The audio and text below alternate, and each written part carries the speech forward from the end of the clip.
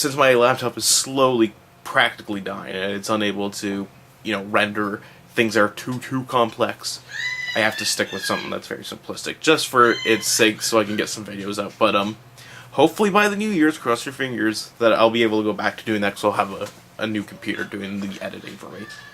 But until then, let us talk about Batman Arkham Origins.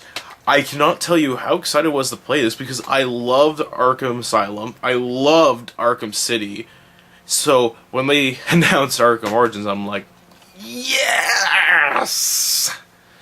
Was it worth the wait? Is it worth all this anticipation? Is it worth your time, money, everything else that goes into spending stuff for games? I'd say so, yeah. The main thing about the game is a lot of the mechanics from it is basically like Arkham City. If you've played Arkham City, then you really know what you're in for with this game.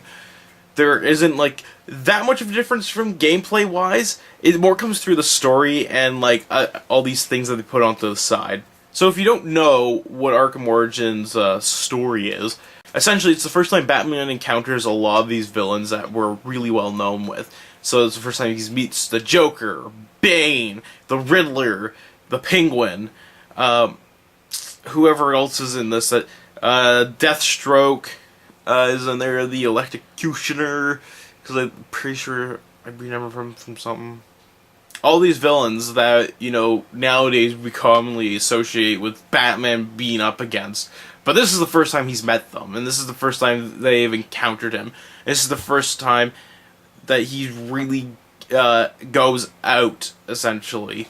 And he's not working alongside the Gotham police, so there's, like, moments where it's, like, him meeting Gordon for the first time, him meeting Barbara for the first time, before she's bound to a wheelchair.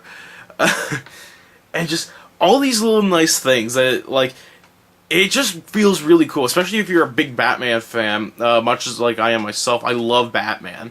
So just seeing how they've reinterpreted Batman's origins for the game is really cool, because I always love seeing people create origin stories for these characters. We've all seen multiple Batman origin stories, whether it be the Christopher Nolan one, whether it have been, Year One or something like that. But this one's really nice because it just compacts so much into it. It's not like when Bruce Wayne's first becoming Batman. It's more so he's probably been around for maybe a couple months, I'd say, at the most. Maybe a year. Yeah, maybe a year at the most, a couple months at the least. So he's like, people have heard of Batman, but no one's really seen him. I mean, it's sort of like, he's just that urban legend. He's just that urban legend that's been going around. So it gives this nice atmosphere when people are like, the Batman's real! Get the bat! It's so cool to sort of get this feeling like you're inflicting this essential fear, like the foundation for what comes after this game, Arkham Asylum and Arkham City, and whatever the next Arkham game ends up being. The one thing that sort of saddens me a little bit is that it doesn't feel like a Silver Age comic or anything. I was sort of like, if they're doing an origin story, they better make it feel very, like, Silver Age comic, but they don't, so it's, I mean, that's just a personal thing when I think, when Batman first appears and whatnot, I obviously think the Silver Age comics, but, it's not that bad. It's also a little confusing, too, because a lot of the technology that exists in this game is basically the same technology that exists in all the other games, so it doesn't make a whole lot of sense, because, I mean, they never give you a year either, so, I mean, you don't really know what time the Arkham series fucking takes place. I mean, as far as we know, the Batman in this game takes place in 2000, Batman 2000. The other big feature about this is there's actually a multiplayer, which is weird because I never really expected much of a multiplayer, because they still have the challenge aspect, the challenge mode that they had in all the other ones, but they also have a multiplayer, which actually has its own disc as well, because, this thing had to come with two, well, sorry, I have the other disc in the system, but this one comes with 2 discs.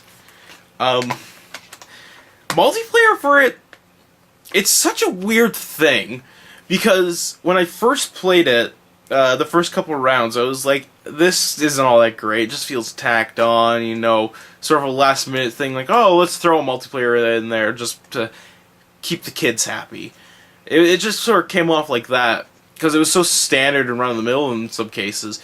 But then as I continued to play it a little more, I started having a little more fun with it. It's one of those things that sort of just grows on you, if that makes any sense.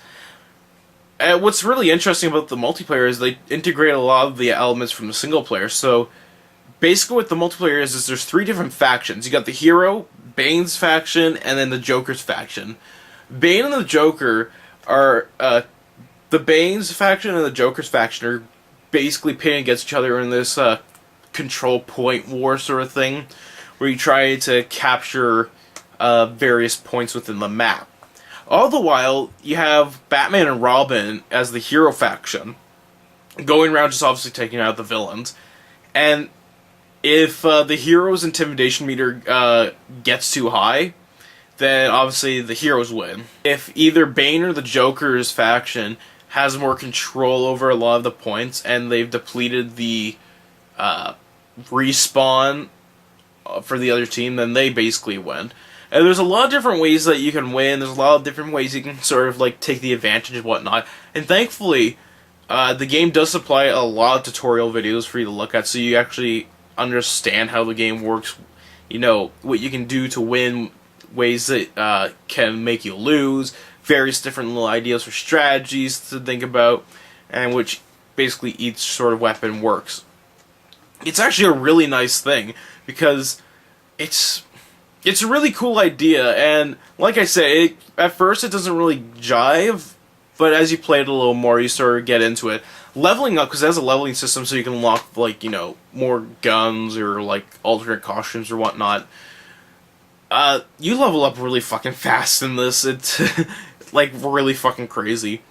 You know, after 2 rounds, I leveled up my Bane faction to, I think, 6 or 8, which was like, wow. And I suck at these kind of games, so put that in perspective. The better you are, obviously, the quicker you level up, but I mean, you'll obviously get participation points, which is really cool.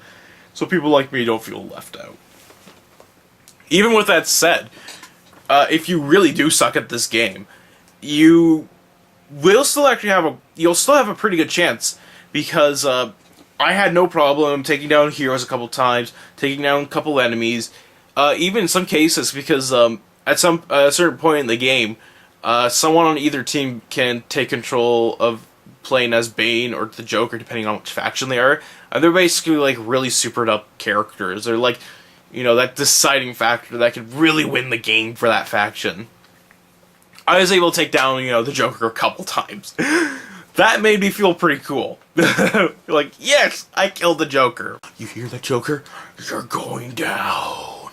So it's really nice, because you never feel like you can't play the game. It's not like if you're playing, I don't know, Medal of Honor, like that really recent one that came out. Not too recent, obviously, but the recent one that came out. You know, I played that, and I had no fucking chance with that game, because I was so far behind. Even a friend of mine who was really good at that could not even fucking touch any of these guys. It was fucking like impossible. But in this game, it feels so fair in every aspect that, you know, you're bound to have fun. And I mean, that's the main driving point of the multiplayer, is it does become fun after a while.